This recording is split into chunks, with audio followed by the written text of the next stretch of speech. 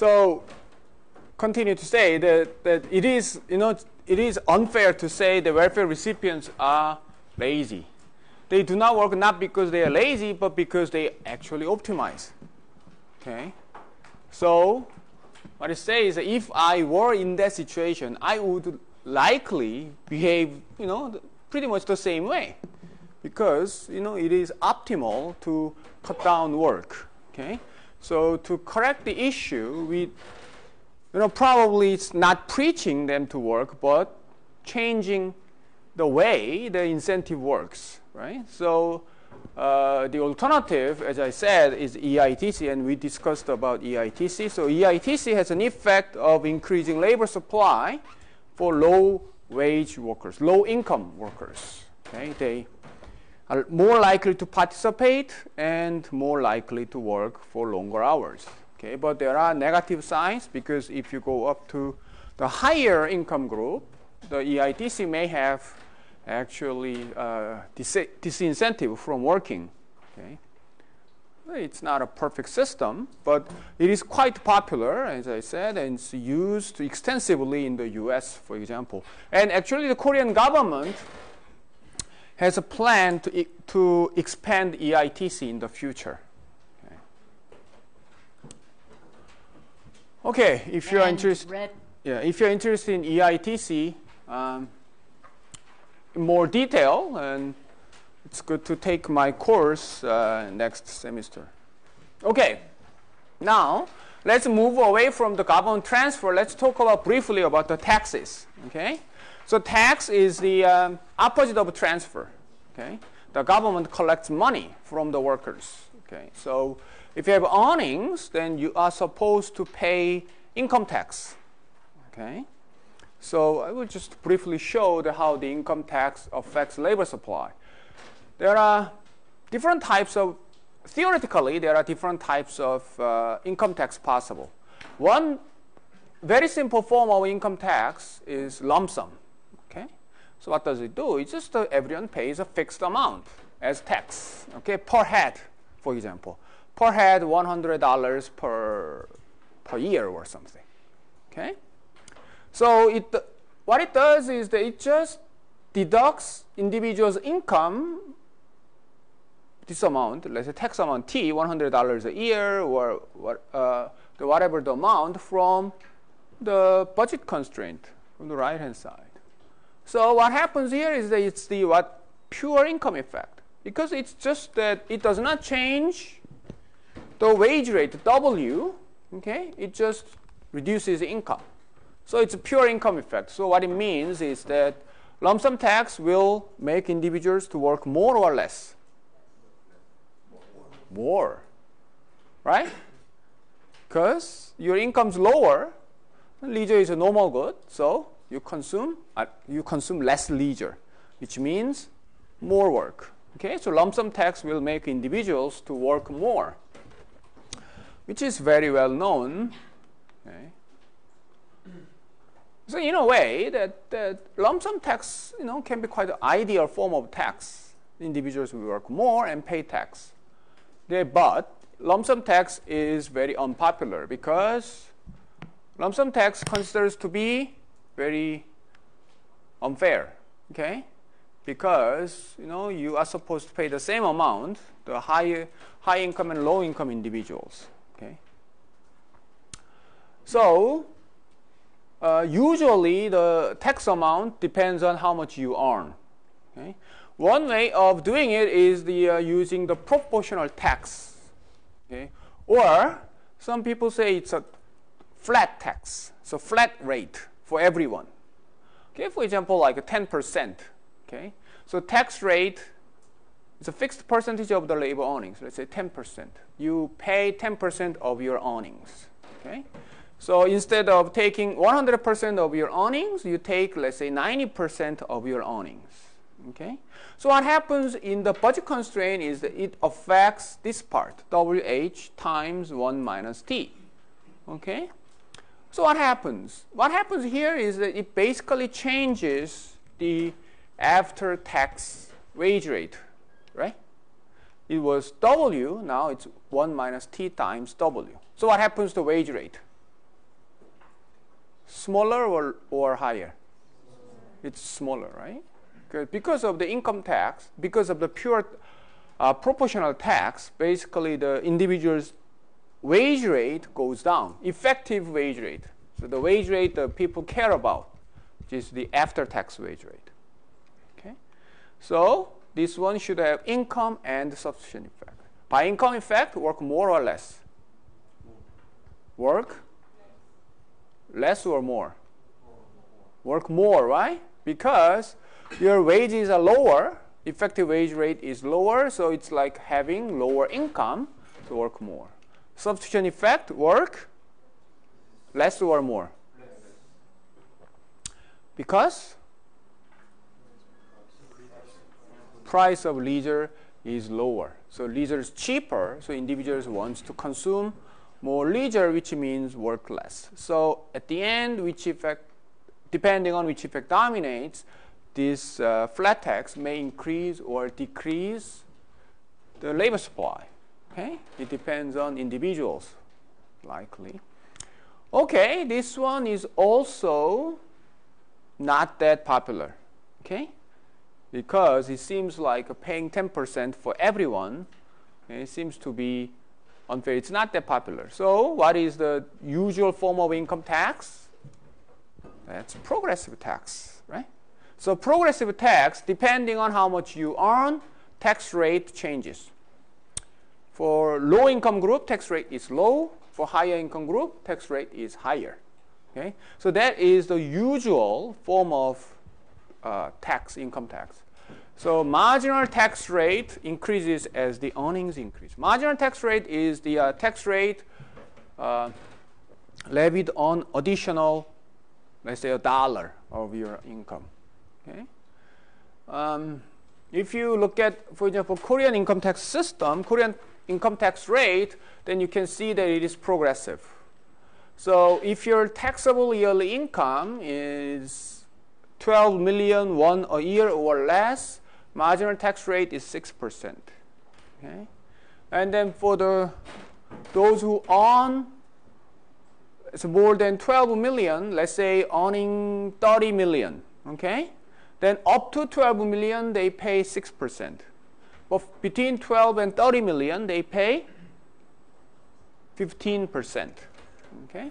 So this is how you calculate your payable tax amount. And then we have like 24%. Then the next bracket, we have 35%. And highest bracket now in Korea, it's for over 300 million a year, then you pay 38%. Okay? So let's say, yeah, I mean for each income you earn more than 300 million a year, you pay 38% as tax. So you keep only 62%. Okay? Okay, so this is how the income tax rate is currently designed in Korea. So obviously, that depending on which bracket you are, so each line is called the bracket. So depending on which bracket you are, okay, your effective wage rate will be different. Okay, so your effective wage rate will become smaller, basically. If you earn, let's say, so if you are here, then your effective wage rate is actually 62% of your wage rate. If you are in this first bracket, then your effective wage rate is 94% of your pre-tax, before tax wage rate. Okay, get it? So what does it mean in our diagram? Let's say this is the green one is the before tax, okay?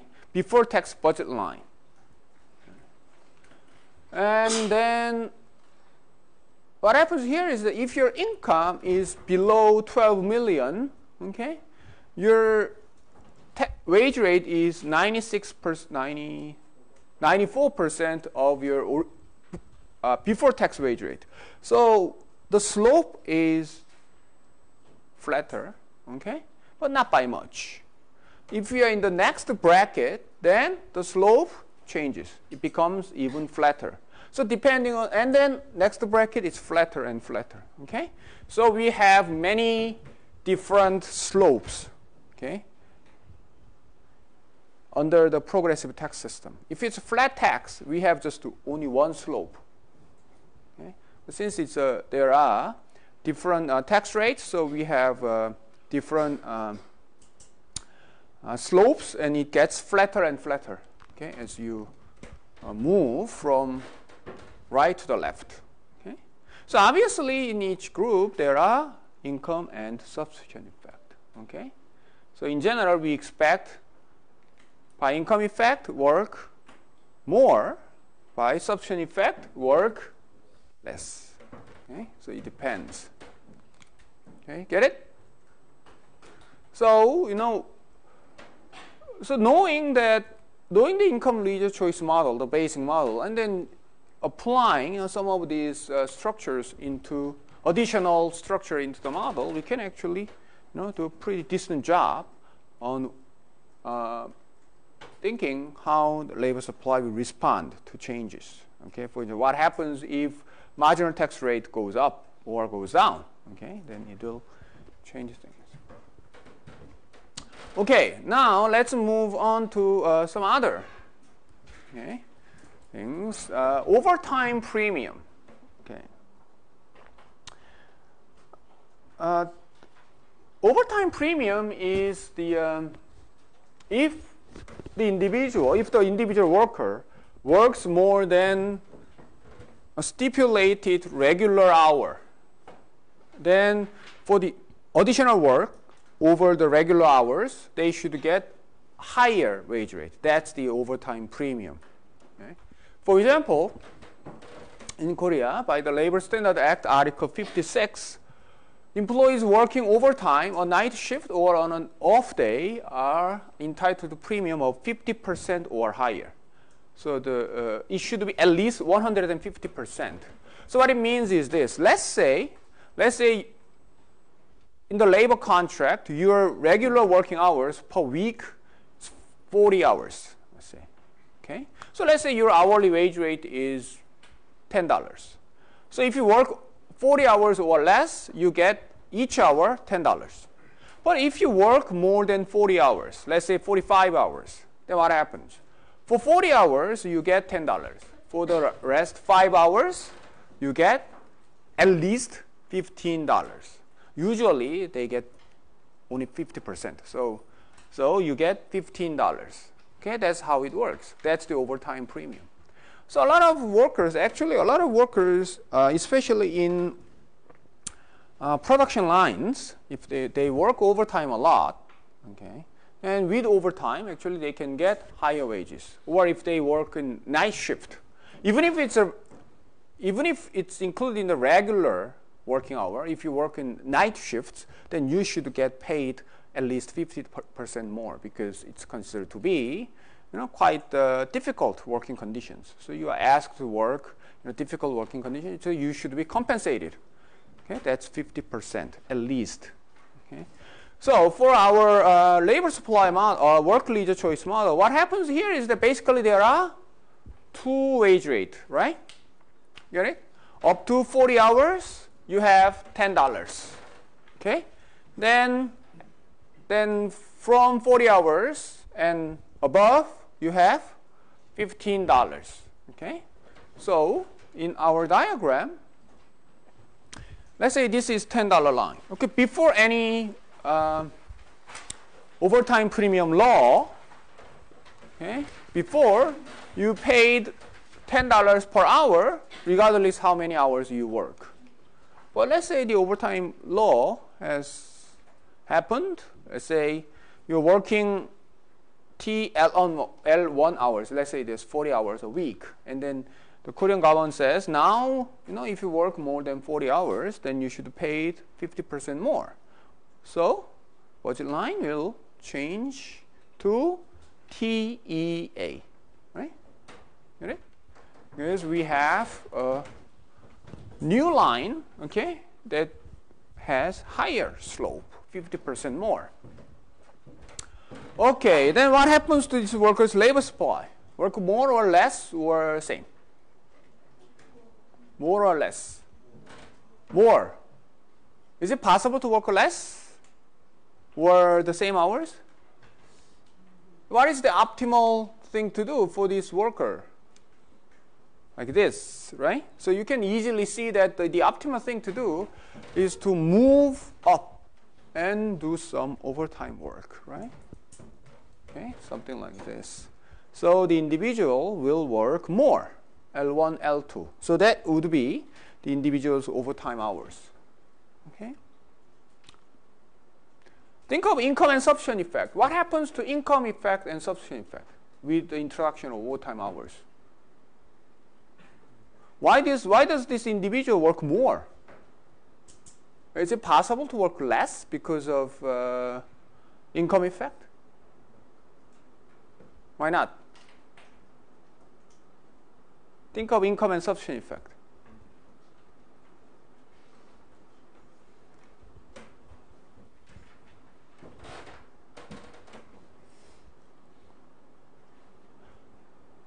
Okay, changing from E to F. What happens to the wage rate? It has increased, right?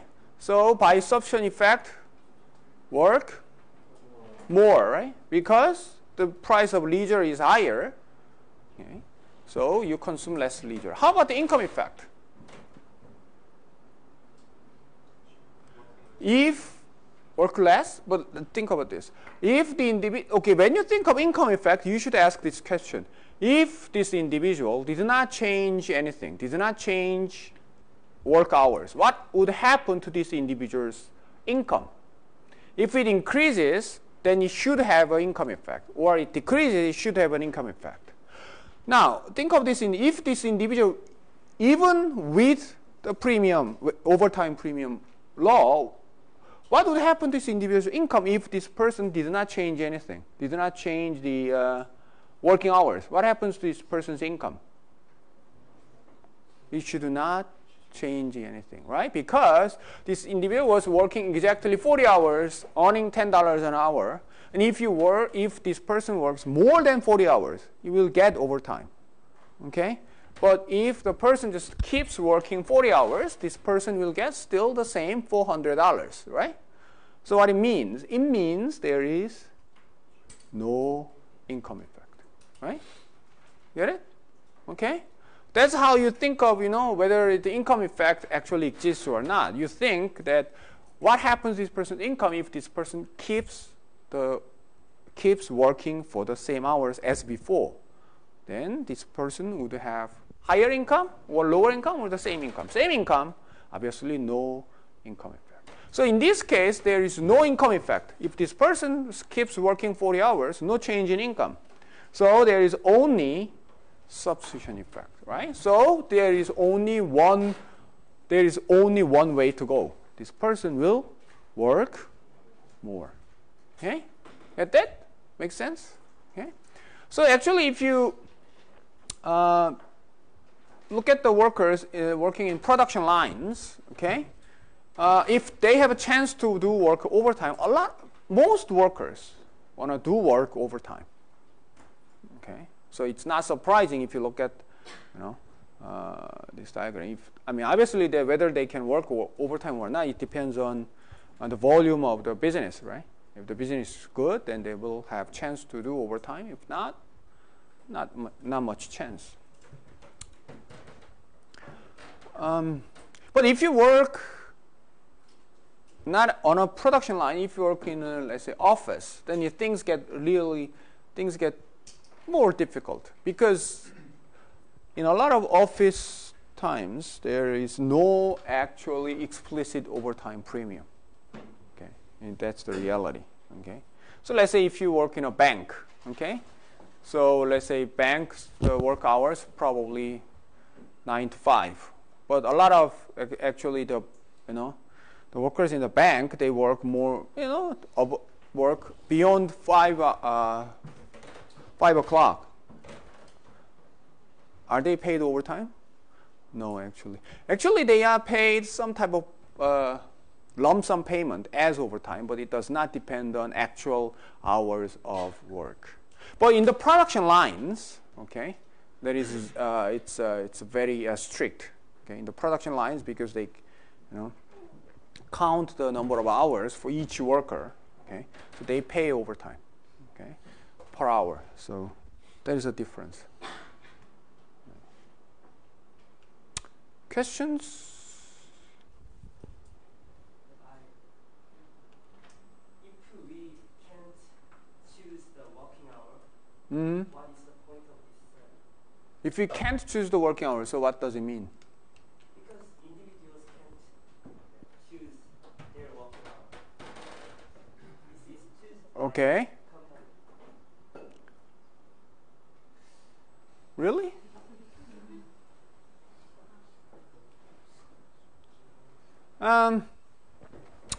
Okay, one possibility is that there are, let's say, only a few choices. No work, or if you work for 40 hours a week, right? Okay, that's possibility. So there is only, let's say, there are only jobs that have fixed hours of work, 0 or 40 or 50 or something. Okay? Still, there are choices. Whether to work for 40 hours or 0 hours, that's your choice. Okay? So in this case, in our work leader choice, obviously we assume that workers do choose how many hours to work. Okay? But if we do not assume that workers have freedom to choose, okay, we can change the model. Okay, but still we can use it. How? For example, something like this.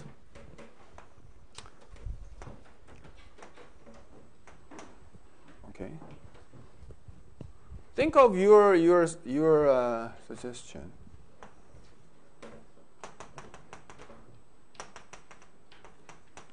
Let's say there are only 2 jobs. Okay. One is if you work. Let's say there is only one type of job. You work for 40 hours. No more, no less. Okay? And you can, if you don't work this, then you should be here. Okay? Then what would be workers' optimal choice? It's simple. Basically the same thing, right? Basically you draw an indifference curve. If you're something like this, then basically there are only 2 points, so it's easier even. Okay? You just look at it. And what's the choice? Not work at all. Okay? And if your indifference curve looks like this, then this person will work for 40 hours. Okay? Actually, but this is a quite important question. As you can see here is that if there is a strict restriction on the number of work hours, then in this society, the labor force participation rate is likely to be low or high. Likely to be low, right? Because a lot of individuals that would work between 0 and 40 hours, will choose not to work at all because they cannot find, let's say, 20-hour-a-week job. Okay? Then lots of people will just drop out because I don't want to work 40 hours. So and then I cannot have 20 hours a week job, so I will not work at all. So in this type of society, with this type of very rigid labor market situation, we will see lots of people out of labor force. Actually, it is one reason why I think, and a lot of people agree, that Korean women labor force participation rate is so low. Why? Because let's say you as a potential worker, you look for a job. Then you find out that most of jobs, if you work, you have to work full time. Let's say, well, let's say you have lots of things to do outside work. Let's say raising a child or something.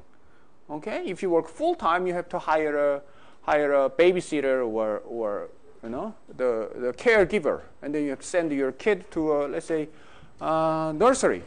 Then you don't want to do it, probably because you don't like it or because it's too expensive to do it anyway. Actually, we will talk about it later. Okay? Then a lot of people will just drop out of labor force. But if you have, let's say, you can have very flexible work hours, like 20 hours a week or something, then a lot of women, probably who are currently out of labor force, may, decide to participate in labor market. So that's why the Korean government has tried and is trying to offer, encourage firms to offer these part-time jobs, right? So that's all related with this thing. Okay. Questions? Very good question. Okay.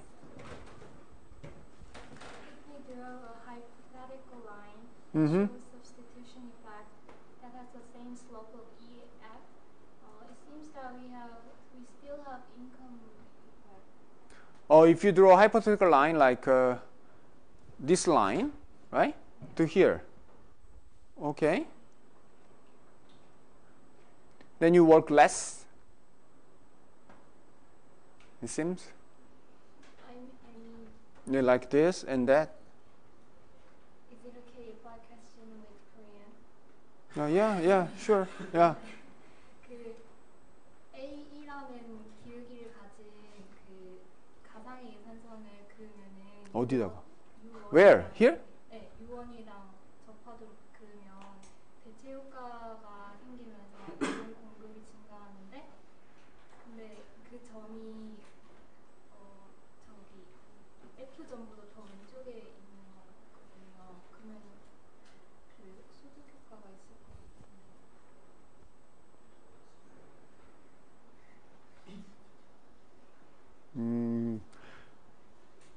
Actually, the way of doing it is wrong, okay? Because if you think of the individual who doesn't work at all,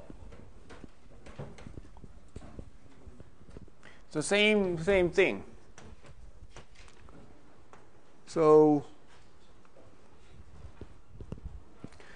let's think of an individual like this.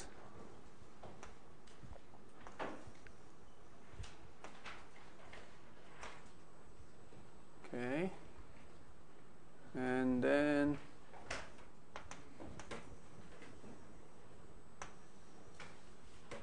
let's say like this. Okay, this is the individual who doesn't work at all, and now the wage offers higher, so this individual will work. Well, then how do you show the income and sufficient effect here? Okay, and it seems like the way of doing it is that we draw a budget line that is parallel to the old one and touches the new one. Okay. Then you do it, then it's going to look like you have income effect like this, okay, and sufficient effect like this, okay. So it doesn't make any sense in this case because the individual will work negative hours, okay, which is not possible, okay. And so it's basically the same situation here, okay. So what it means is if we draw a budget line that is parallel to the old one, okay, and then higher wages, then basically the parallel to the old one, okay, then would this individual to work less hours? Okay, no, it's not. Okay, with 10 hours a week, this individual was working exactly for 40 hours. Okay, so with that wage rate, the individual would not work less than 40 hours. Okay, so basically the same logic. So we don't have for that part. So what I'm saying is that for this particular part, we don't have an income effect. Okay, if the wage rate changes overall, like this blue line, then we have income and sufficient effect, surely. Okay, but it changes only from here, and then this person happens to be exactly at this point, then we have only sufficient effect. Obviously, if the individual were working, let's say, 44 hours a week, not 40, okay, then we have income and sufficient effect. Okay, you know what I mean? If this individual was, let's say, here, okay. So what I'm saying is that in this case, we assume the individual was exactly working for 40 hours, and then overtime premium starts at 40, but let's say overtime premium starts at here. Okay? Let's say this individual was working for 44 hours, but let's say the law says if you work more than 40 hours, then you will get overtime. Then now we have a budget constraint, something like this. Okay? Then this person would have an income effect. Okay? This person may work less than 44 hours after the overtime premium. Okay? So the situation is different. In this case, why? Because if we think what would happen to this person's income, if this person would keep working 44 hours, this person's income would be higher because of the premium. So we have an income effect. Okay? That's that? Questions? Okay. Okay, now let's see the oh yes, this one is related with the women case. Okay, think about this. Fixed monetary cost of working. Sometimes it is important to think of what working involves. So far, when you say working, okay, it seems like working is only one way, meaning that you earn money. But sometimes you have to pay money to work. Some cases, for example, the easier case is, for example, let's say you have a job that is far away from your home. Let's say it takes 1.5 hours. And think of some people now working in Sejong City, right? So they used to work in, let's say, in Seoul, okay? And then let's say this person is a government official, okay, government employee. And then this job changes to the location of his job now changes to Sejong City. And I meet those government officials and the research institute researchers from time to time, and I ask them, where you live. Then some people, moved to Sejong City, or some people actually got a small studio apartment there, and then so they just kind of stay in Seoul during weekends and then they live there during weekdays. Or actually there are some people who commute to Sejong City every day. Okay? It costs quite some money, if you think about it, because it takes about 1.5 hours, at least 1.5 hours to 2 hours, okay, one way. So they spend about 4 hours for commuting, okay, every day, and then pay for the train and all those things. Think of it. So if this person, let's say, quit working at this time, then he doesn't have to pay for all those transportation costs. But if this person works, then he has to pay these transportation costs, right? Think about it. And then even if he has a work of only 1 hour in Sejong City, he should pay the same hour, right? As like working for 8 hours a day. Because, just move, go back and forth, you have to pay. So in that sense, we call it the fixed cost. The cost does not depend on how many hours this person actually works. Okay? So that's the idea of fixed monetary cost of working. You have to pay out of your own pocket to do work. So these costs, if you don't work, then you don't have to pay anything. Okay? Get it? That makes sense? So that's the idea. So think of this individual.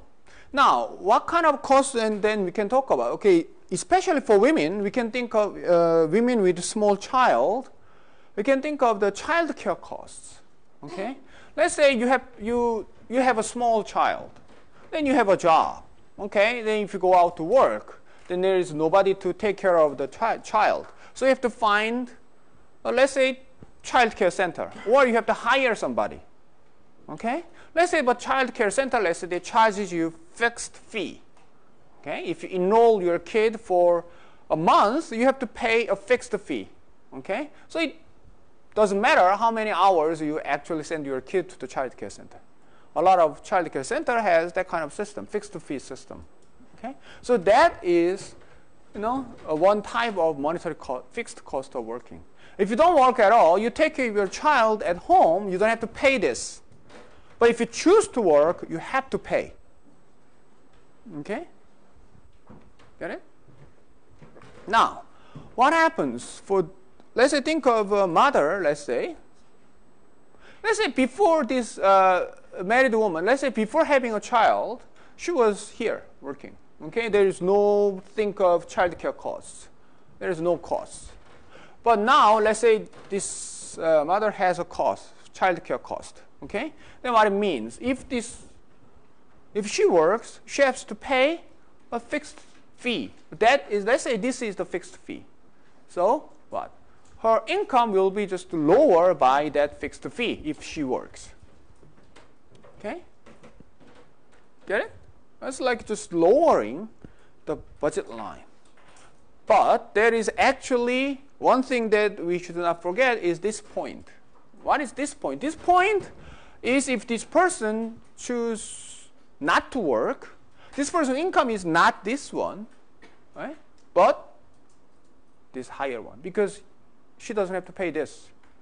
Okay? She can keep every non-labor income, every penny of non-labor income. But if she works, then she should give up this amount.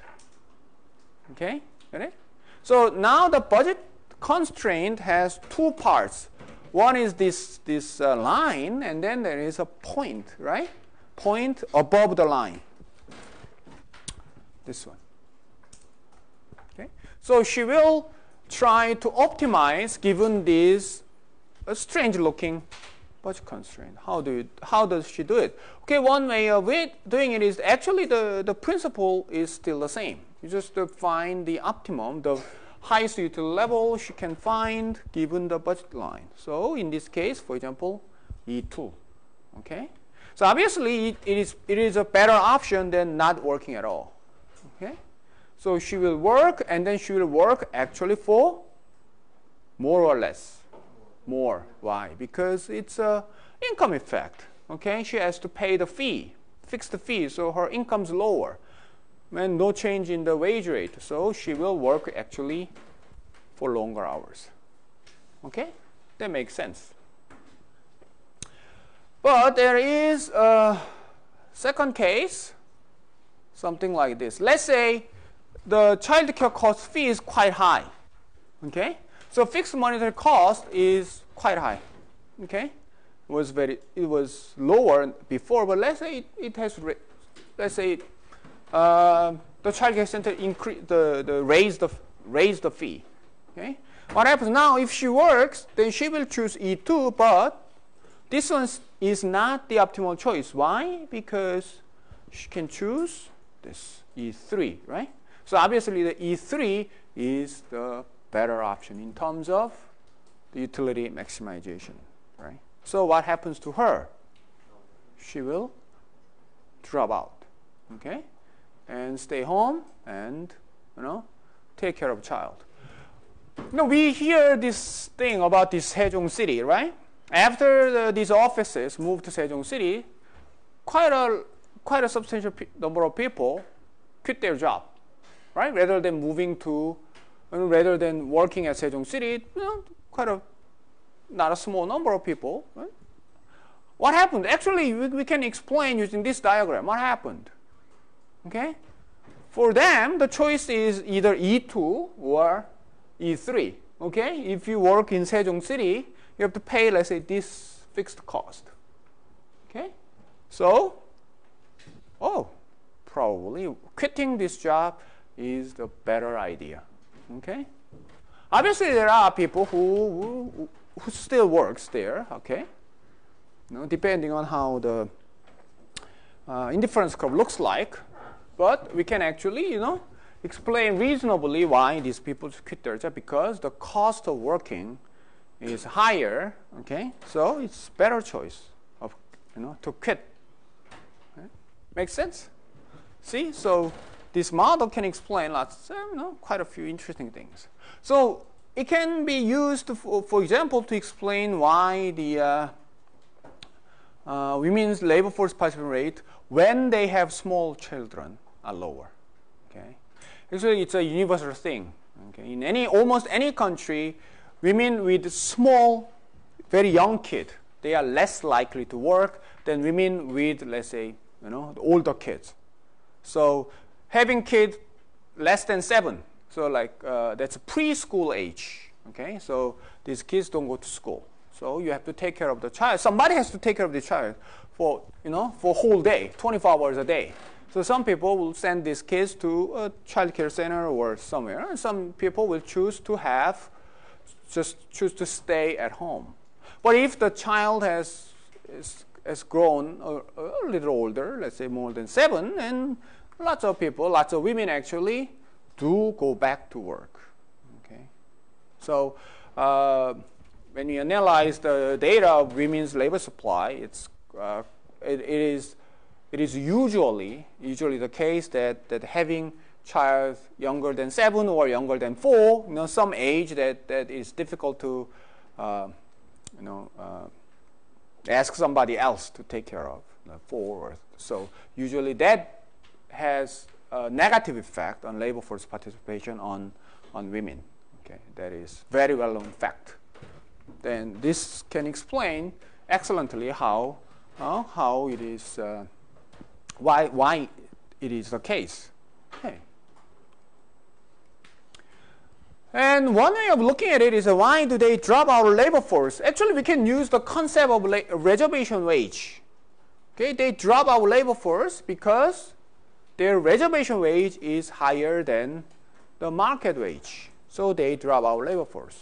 Okay, so in this women's case, in this case, let's say, before the fixed cost was considered, she was working. And she doesn't work now, right, because of the fixed cost. What it means? It means having fixed costs should have an effect on the reservation wage, right? Because the market wage is the same. But before she was working, now she doesn't work. So what it means? It means market wage is the same, so reservation wage should have changed. Before the reservation wage was lower than the market wage, now the reservation wage is higher than the market wage. Okay? Then so we can actually show that reservation wage changes if the fixed monetary cost of working changes. So in this case, for example, think of the individual who has to pay this amount of fixed cost. Okay? Then how can you make this person to work? Think of a wage of, basically we do the same exercise. Okay, before when you think of reservation wage, right, we do this exercise. What if we offer a certain level of wage and would this person work or not? Something. So basically the same. If the person was offered, let's say, this wage rate, would this person work? No, right? Because obviously that point E is much better than any point on this dotted line, right? Okay, what if this person was offered this orange wage rate? Work? Right? This person would work. So so the first one must be lower than the reservation wage. Second one must be higher than the reservation wage. So we do this exercise. The same thing. So reservation wage should be in between. What would be the reservation wage? Reservation wage is the wage rate that makes this individual to indifferent between working and not working. What would it be? It would be this, right? So easily you can see that. If you have the slope of this purple line, you can see that the point of not working and point of working, F, exactly on the same indifference curve. So the individual is indifferent between working and not working. So if the wage rate is higher than this purple line, like orange one, this person will work, even with the fixed monetary cost working. Lower than that line, flatter than that purple line, then this person would not work. Okay? Now think of So compare the reservation wage, okay, of let's say of a married woman who, before having a child, the reservation wage was WR1. Okay? What is it? This slope is the same as what? Same as the MRS at what point? Reservation wage. You remember the reservation wage? How do you find the reservation wage? The reservation wage is the slope at the point here. Okay? So the slope of the indifference curve at this point is the reservation wage. So before fixed monetary cost working. But if the person has, let's say, a small child, so have to pay the monetary cost, child care center cost, then what happens to reservation wage? Okay, that's the child care cost. Shoot up from WR1 to WR2, right? So no wonder there are a lot of women drop out of labor force because their reservation wage changes from WR1 to WR2. So given the same market wage, okay, with the child care cost, the women are less likely to work. Okay, makes sense? So obviously the level of reservation wage will depend on how much is the cost. If the cost is lower, then reservation wage gonna be lower because you just think of, and then it gets higher and higher, then reservation wage gets higher and higher. Intuitively, you have to pay a lot for childcare if you decide to go to work. Now, obviously, that this person would not work unless she was paid high enough wage to compensate, to pay for the childcare center, right? If the childcare center charges little, then it will be much easier to work in a job that pays, okay, lower wages, okay? So, get it? Okay. So obviously, the one way of thinking about it is that to increase, let's say, labor force participation rate of women. Okay, one thing we can try is what? To decrease this, fixed cost, childcare cost. It's probably a lot of it is the childcare cost. So if the childcare cost is lower, then the women will more likely to work. Okay. And this one can, explain, for example, why the women in the age group that are likely to have small children are less likely to work. Okay? Get it? Questions? Okay. So this is this is a very interesting concept that to know. Okay. Now,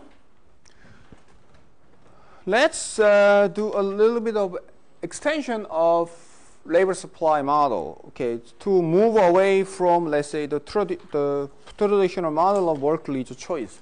One is the thinking of life cycle labor supply. Wow, what is it? Let me show you not this diagram. Let me show you this diagram. Okay, what is this diagram? This diagram is actual data. This is the log wage and working hours. You don't have it. I added it this morning. I just thought, oh, okay. And then I analyzed the data this morning, and then I just came up with this diagram. So this is from the Korean August 2014 labor force survey. Okay, so it's last year's data set, and what it shows is basically this is the age group, and what it shows is roughly the average wage at each age group for men, not for women, only for men.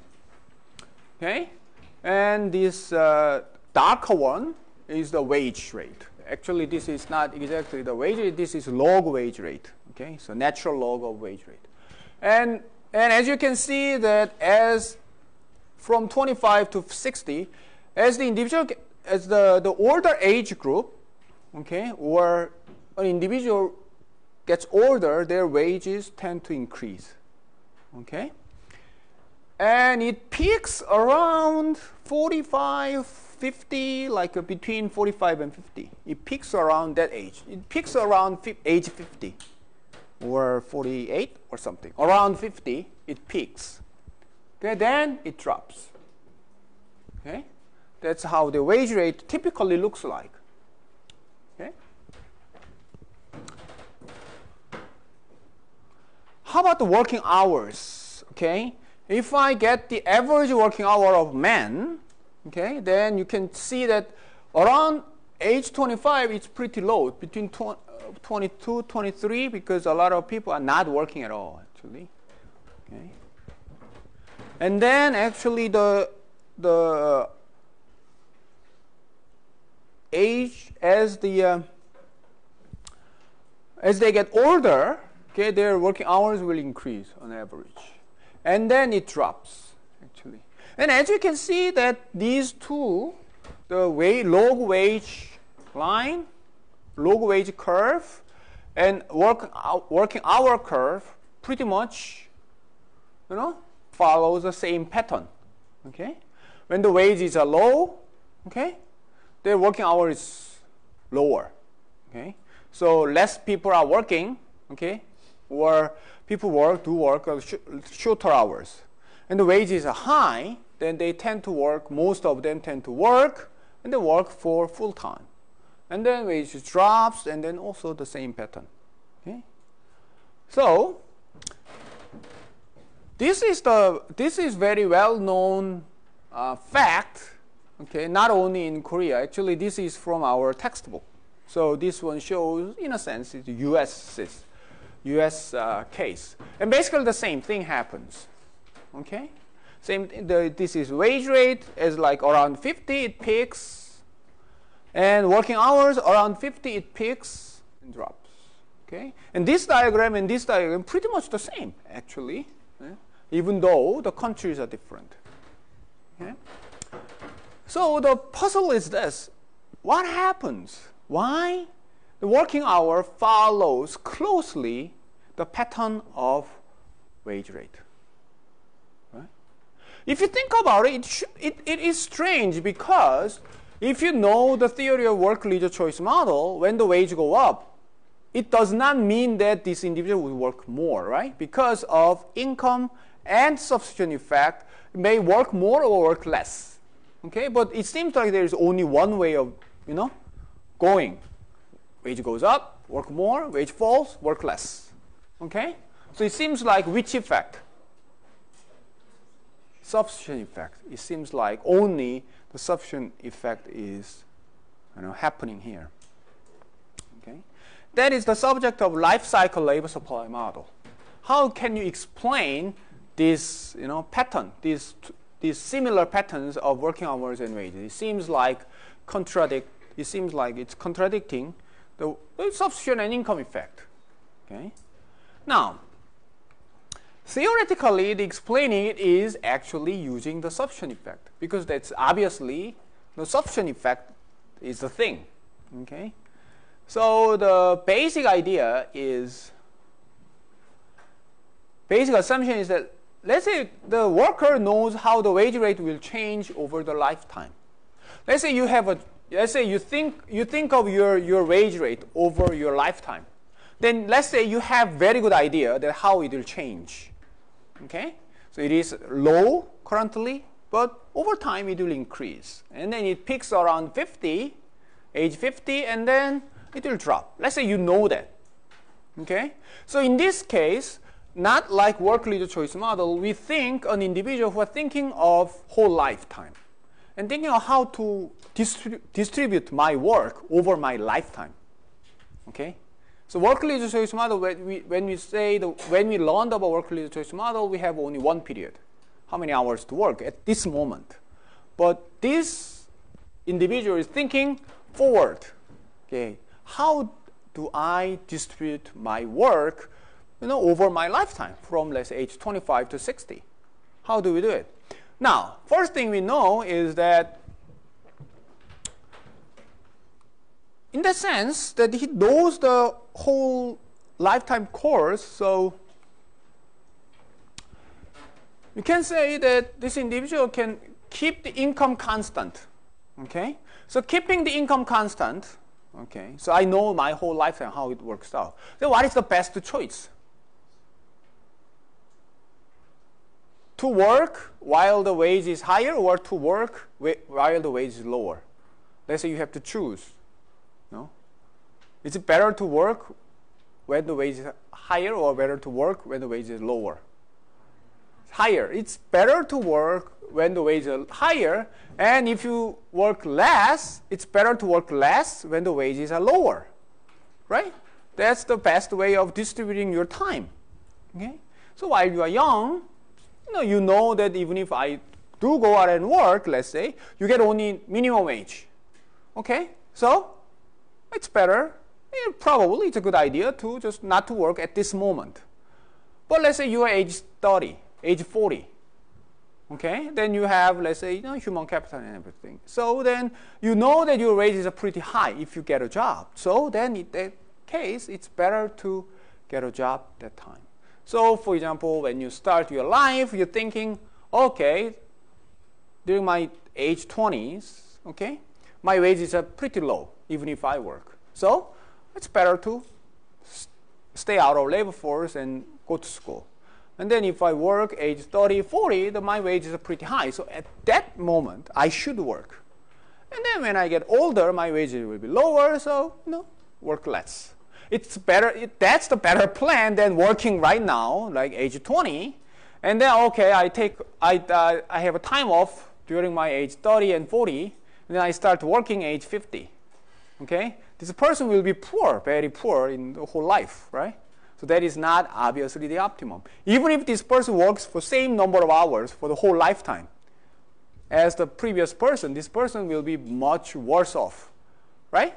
The former person, who follows the pattern of wages will be much better off than the person who does the opposite, right? Makes sense, okay? So that's the idea. So what the idea is that basically they do substitute, okay, between time, okay? So I do work more while my wage is higher. I do work less while my wages are lower. That is called intertemporal substitution. Intertemporal just means the between time. Okay? So the substitution of leisure happens between time. Okay? Get it? So it's better to take leisure while the wage rate is lower than to do the opposite. Okay? Questions? So, okay, so intertemporal substitution is a very interesting idea. It is now, it's quite old idea. There has been a lot of debates about intertemporal substitution, because I think a few weeks later that you will learn about this intertemporal substitution from different light. Okay, it has related with the issue of unemployment. Okay, anyway, so that was a very controversial idea, and there has been lots of research about whether the intertemporal substitution actually exists. It seems like it's like the idea is pretty, in a way, that not that intuitive. Okay, it doesn't seem like people are actually doing this type of planning for whole lifetime, right? So they try to find out how strong the intertemporal substitution is, and then the consensus seems to be that this substitution, if it happens, it's not that very strong. Okay. So anyway, that's this intertemporal substitution is the idea that drives our model of life cycle labor supply. And in this type of explanation makes sense for the same individual. But if you have, let's say, two different individuals, one person has higher wages, the other person is lower wages, then you can ask this question, who is likely to work for more in their whole lifetime? High wage person or low wage person? Low wage person or high wage person? Now, when we think of two different individuals with different wage levels, then we should think of two effects, income and subsistence effect. By income effect, who's more likely to work for longer hours? It seems like low wage person, right? Because their income is lower, so they are more likely to work. But there is a subsistence effect. Whose cost of leisure is, whose price of leisure is higher? Low wage or high wage? High wage person's price of leisure is higher. So by substance effect, this person seems to like, it seems like this person should work more. Okay? So for two different individuals, it's going to look like this. For example, the Joe and Jack, let's say. Okay? So Joe has higher wages than Jack. Okay? Then in this case, if income effect dominates, then Joe would work for shorter hours for the whole lifetime. Okay? But if the substance effect dominates, the opposite. Okay? Joe would work more. Okay? So it depends on which effect dominates. Okay? So it's difficult to tell. Okay? Who's more likely, who's likely to work for longer hours? I think, yeah, actual data is pretty mixed. Okay? Some low-wage persons work for long hours, but some low-wage persons work for quite short hours, actually. So, yeah. Questions? Actually, the life cycle labor supply model is very complex model. In a way that it's much more advanced because it is a dynamic feature of decisions. So if you know how to deal with dynamic optimization, okay, then this model can be quite interesting thing to look at. Okay. Okay. So okay, the last topic that I'm going to talk about today is the business cycle. Okay, what happens if the business cycle changes to the labor force participation? Okay. So it means the question is, are the individuals more likely to work during recessions or during booms? What do you think? People are more likely to work during recessions or during booms? During recessions, what happens? Their income is likely to be lower. Let's say you think of a family, for example. Okay? Then you have a family members who had a job. Now, some probably lose their job, or they will earn less because it's recession. Then, let's say, think of your case. Let's say you are in such situations. Let's say your family members have lower income. Then, more likely to work or less likely to work? More likely to work, right? Because of income effect, pretty much. But during recessions, it's much more difficult to find a job, right? Okay? Because the labor market is not that great. So even if you want to work, you go out work, and it's very difficult to find a job. And so that means that some people probably will just stop looking for a job, right? Let's say you were unemployed before recession. Now the recession hits. It's even more difficult to find a job now. So rather continuing job search, some people will just stop looking for a job. Okay. That we call it this effect. We call it the discouraged worker effect. Okay. So the idea is that think of the reservation wage. Now the wage. But this wage is not the actual market wage since this person is working, looking for a job. Think of the expected wage. This person expect to get, that is equal to the market wage times the probability of employment. So during recessions, probability of employment falls and market wage falls. So expected wage falls. So some people will just drop out of labor force. So during the recession, job seekers stop searching for a job and drop out of labor force. Okay. So these people will be called probably the discouraged workers, and LFPR will drop because of this. But the other thing that we talked about before the discouraged worker effect is called added worker effect. Main breadwinner's income decreases, right? So secondary workers' reservation wage will drop. Let's say, household member who were not working before the recession hits, but after the recession, these workers, non-labor income falls, the reservation wage falls. So start looking for a job.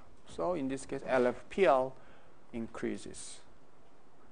So during recessions, job seekers, unemployed people, they probably stop looking for a job. But we have new added workers to the market who previously did not want to work, but because now the reservation wage is low enough because of lower income of the other family members, so they are newly added to the labor market. We call it the added worker effect.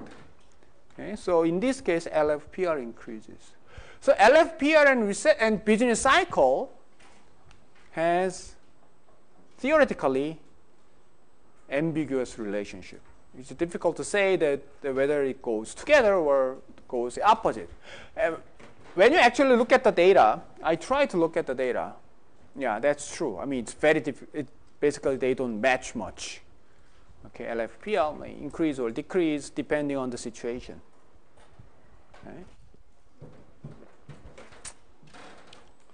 So if discouraged worker effect is dominant, then LFPR should have a pro-cyclical trend. Pro-cyclical just means that during booms, it is higher. During recessions, it is lower. That's, we call it pro-cyclical. Okay? Pro-cyclical means that going together with cycle. So up and up, down and down. So up is boom. So business is up, LFPR up. Okay? And if added worker effect is dominant, it should have a counter-cyclical trend. Counter-cyclical means opposite to the cycle. So business cycle is up, then LFPR is down.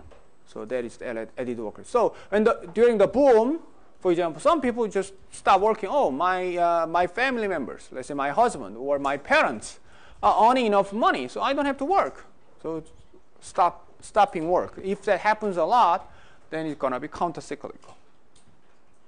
Okay? I think, oh yeah, I think we should stop here. This is, think about it. Okay. Okay, next week we will start the labor demand.